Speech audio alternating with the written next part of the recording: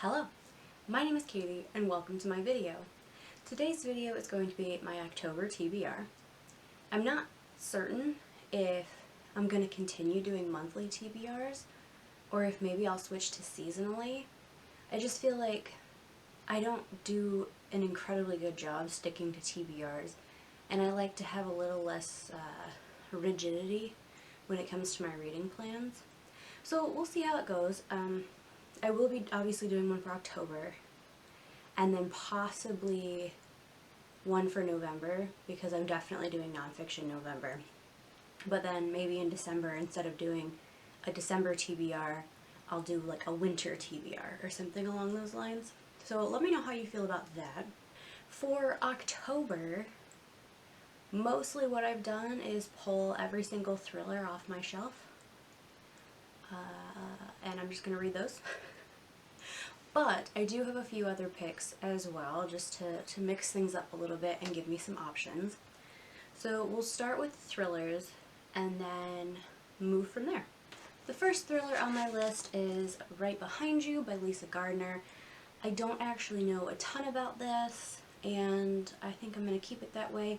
I found this on a list on Pinterest of like best thrillers to read or something along those lines, and so I ordered it. I think I have read books by Lisa Gardner before, and I don't remember hating them, so hopefully this will be a good pick. The next book was actually my September TBR, but I didn't end up getting to it, and it is a thriller, so I just threw it on this month's TBR, and that is The Wife by Alafair Burke. This was on that same list that Right Behind You came off of, therefore I know nothing about it, nor have I heard anybody talk about it. Next is Bring Me Back by B.A. Paris. B.A. Paris is an author that I've heard discussed a little bit on BookTube. Unfortunately, I can't remember if people were speaking in a positive way or not. Next is a book that I think a lot of people will be reading this month, and that's One by One by Ruth Ware. I believe I have read every single Ruth Ware. If not, I'm only missing like one. And honestly, I feel like each consecutive book she brings out just gets better. So I'm really excited to get to this one. This might be the one I read first. Next is The Chalkman by Cj Tudor. This is one I've heard talked about a little bit, and from all accounts it seems pretty good. I think Cj Tudor in general I've heard talked about, so I'll be interested to see how this one goes. The final one is a book that, if you watched my unhaul, was actually featured in there, but someone left a comment telling me that the twist in it is pretty good, so I decided I would take it out and give it another chance, and that is The Wives by Tarryn Fisher. I only read, I think, about 2 chapters of it, and I found it to be very strange because it's this man who has like 3 or 4 wives, and like they all know that the other one exists, and it's just a really interesting situation. And I think maybe it made me a little uneasy, so I'm gonna give it another try, and we'll see how I feel about it. The next 2 books that I'm hoping maybe to get to in October are books that I've chosen because I feel like they fit with the general atmosphere that is the month of October, and that is The Diviners by Libba Bray. I've talked about this book a couple times. I think this was also possibly on my September TBR, but I didn't get to it either. But this is 1920s New York, but there are like paranormal aspects to it, and there's a murder mystery in this one. So hopefully I will finally get to this in October. The other one that I've chosen for atmosphere is Catherine House by Elisabeth Thomas. This has been getting terrible reviews. People seem to not like the main character. They don't seem to think there's a plot. I don't know. To me, it sounds good. It's like a dark academia novel. Our main character somehow gets chosen to go to this prestigious school in rural Pennsylvania, and the trade-off is that she has to give them 3 years, summers included, with no contact with the outside world. And that it sounds interesting to me. I want to read it. I hope I love it. I really do, because I'm really excited for it, which is probably a bad thing because my expectations are like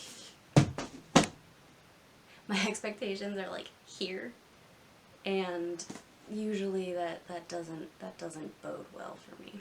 The next two books are just books that I want to get to. The first is A Beautifully Foolish Endeavor by Hank Green. I read an absolutely remarkable thing, I believe earlier this year, and I really liked it. It's, I'm going to call it sci-fi light. It takes place in, you know, our world, and aliens kind of contact us, and this girl who kind of discovers it, she puts it on YouTube, and she becomes like an overnight YouTube sensation. So I didn't actually realize that there was going to be a sequel when I read it, so I'm a little bit hesitant to pick this up, but I do really want to, you know, see what happens after the way the last book ended. So hopefully I'll get to this one in October. The next book is one that may happen in October, or it might not. I am tentatively planning on budding reading this with Renee from the Librarian of Alexandria. I will link her channel in the description box, and you should definitely go check her out. And that is The City of Brass by S.A. Chakraborty. Now, whether we manage to get to this in October or not is still a little up in the air, but I wanted to include it anyway, just in case. This book follows a con woman called Nari, and she inadvertently summons a Jinn warrior, and he begins to tell her about this city called Daevabad, and it just kind of goes from there. And it sounds beautiful and brilliant and like the most magical thing. So hopefully we can find some times that work for both of us and get this read sooner rather than later. Now, I wouldn't be me if I didn't have a nonfiction book to read during the month. However, things are a little bit stressful right now, and I find that when I'm stressed I prefer like escapist reading rather than nonfiction. It's really hard to escape into nonfiction for me. So I'm only doing one this month, and that is Empty Mansions, The Mysterious Life of Huguette Clark and the Spending of a Great American Fortune by Bill Dedman and Paul Clark Newell Jr. This was on my September TBR as well, but I didn't get to it because I just haven't been reading as much nonfiction. Life got hectic, busy, stressful, and I just didn't have the mental bandwidth for nonfiction for the bulk of the month. So hopefully I'll get to this in October. I thought like the Empty Mansion vibes kind of fit with the atmospheric reading that I'm trying to do for October. So here's hoping that this happens, because I'm pretty excited for it. And that's it. Those are the books I'm trying to get to in October. I highly, highly, highly doubt all of them will get read, but I like to have some variety. I like to have some options. I don't want to only choose 5 books for the month, because that's all I think I'll get to, and then be stuck with just those 5. Like, I like to give myself a little bit more leeway than that. Let me know down below if you have read any of these, if you feel like I should prioritize any certain ones over others. Let me know if there are any on this list that you absolutely hated and think I shouldn't read. If you like my content, stick around, subscribe. I'd love to see you in the comments. Thank you for watching. I hope to see you soon. Bye.